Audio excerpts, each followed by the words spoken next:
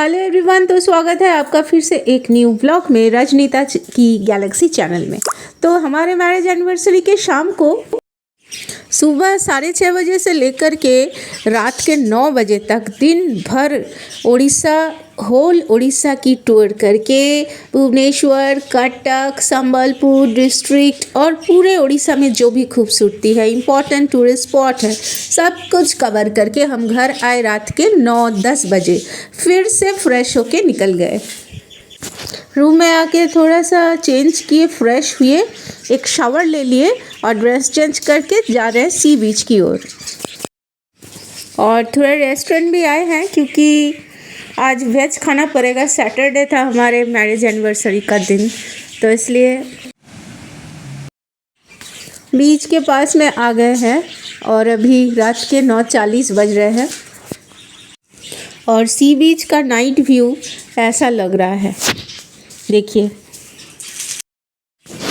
और बहुत अच्छा लगता है यहाँ बैठ करके बीच में इवनिंग टाइम को एंजॉय करना और भी ज़्यादा अच्छा लगता है।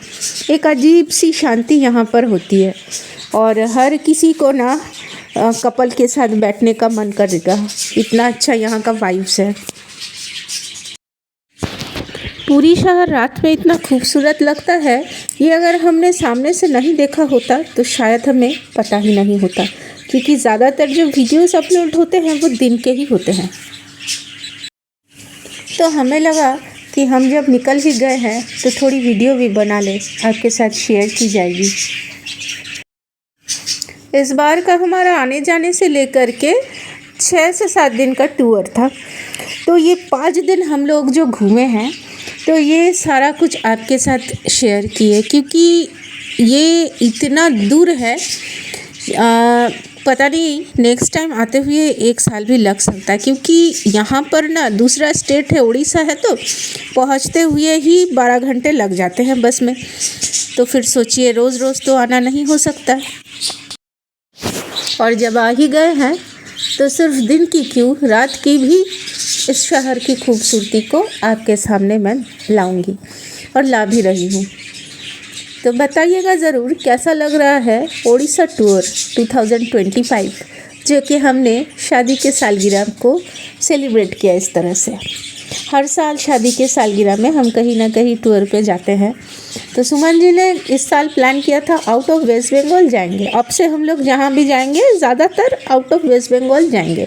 वैसे वेस्ट बंगाल के अंदर भी बहुत सारा टूरिस्ट स्पॉट है जिसको कि कवर करना है हमें, लेकिन आउट ऑफ वेस्ट बंगाल शादी के बाद पहली बार आए हैं। और 1 महीने पहले से सुमन जी ने टिकट बुकिंग कर रखी थी मेक माई ट्रिप ऑनलाइन ट्रैवलिंग जो साइट है उसके माध्यम से।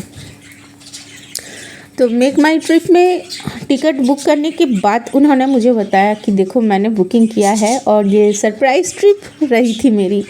तो मुझे पता चला था 1 महीने के बाद, क्योंकि मैं सोच रही थी कि ये कुछ सोचेंगे, मैं कुछ बोलूँगी, तो चलिए पहले ये क्या बोलते हैं इसको सुन ले, उसके बाद कहेंगे कुछ।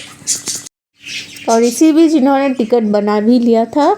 और आने जाने का जो हम लोगों का था श्यामली ट्रैवल्स बोलते हैं। तो श्यामली ट्रैवल्स वॉल्वो एसी बस है जिसमें कि स्लीपर सीट होते हैं, ठीक है। तो बड़ी आराम से आप पहुंच जाओगे, सो कर पूरा नींद में रहोगे आप। उनको मतलब क्या ही बोले हम, बहुत अच्छी फैसिलिटी श्यामली ट्रैवल्स देती है, क्योंकि ये लोग सिर्फ पीने का जो पानी है वो डिस्टिल्ड वाटर बिसलरी ही नहीं देते, ये लोग बिल्कुल आपके सोने की टोटल व्यवस्था कर देते हैं। पूरा इंतज़ाम बना रहता है कि आप आराम से सो करके जाओ, लेट करके जाओ। इसके लिए ठंडी में ब्लैंकेट है, एसी है, प्रॉपर पिलोज़ है, प्रॉपर सिटिंग अरेंजमेंट है विथ कुशन्स, सब कुछ रहता है। मतलब जो मैट्रेस रहती है सीट की वो इतनी कंफर्टेबल है कि आपको कहीं पर भी थोड़ा सा भी हार्डनेस फील नहीं होगा, सख्त नहीं है थोड़ा सा भी।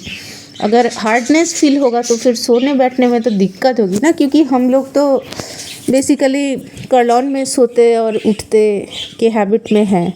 तो वैसा ही वहाँ पर श्यामली ट्रैवल्स ने मतलब इंतज़ाम कर रखा है कि बड़ी नरम सी गद्देदार सी सारी सीट्स है और कंफर्ट जोन हमारा बहुत इम्पॉर्टेंट फैक्टर है, क्योंकि जैसे तैसे ट्रैवल नहीं कर सकते हैं, कैसे भी लटकते हुए चल जाएंगे, नॉन एसी में चल जाएंगे कि कैसे भी लोकल ट्रेन में चढ़ जाएंगे जो भी मिलेगा पास में। तो उस तरह से तो मेरी आदत नहीं है बिल्कुल भी।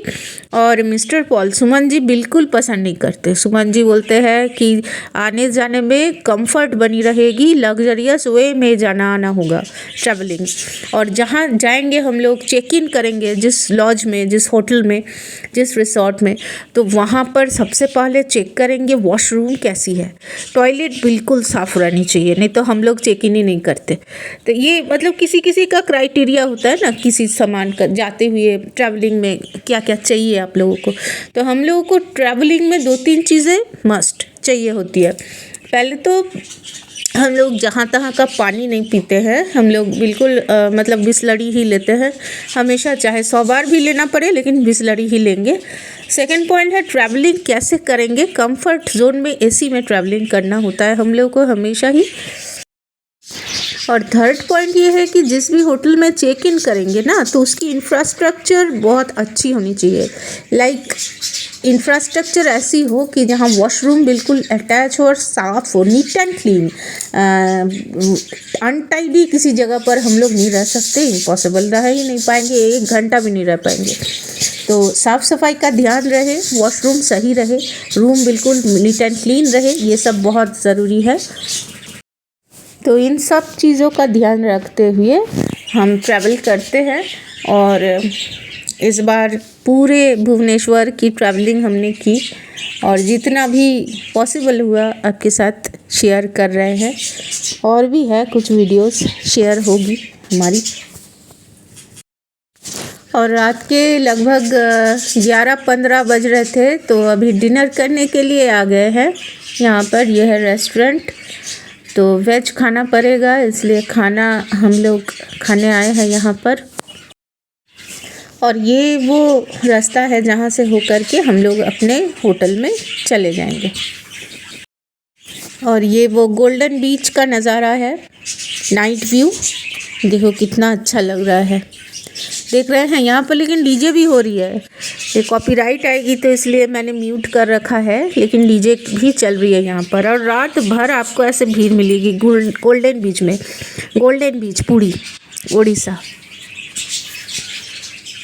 तो चलिए गाइस, ये थी हमारी शादी की 6th ईयर मैरिज एनिवर्सरी की रात के टाइम की वीडियो। तो मैं मिलती हूँ आपसे नेक्स्ट व्लॉग में दूसरे वीडियो के साथ, और वो भी उड़ीसा की ही व्लॉग होगी। तब तक हंसते रहिए, हंसाते रहिए।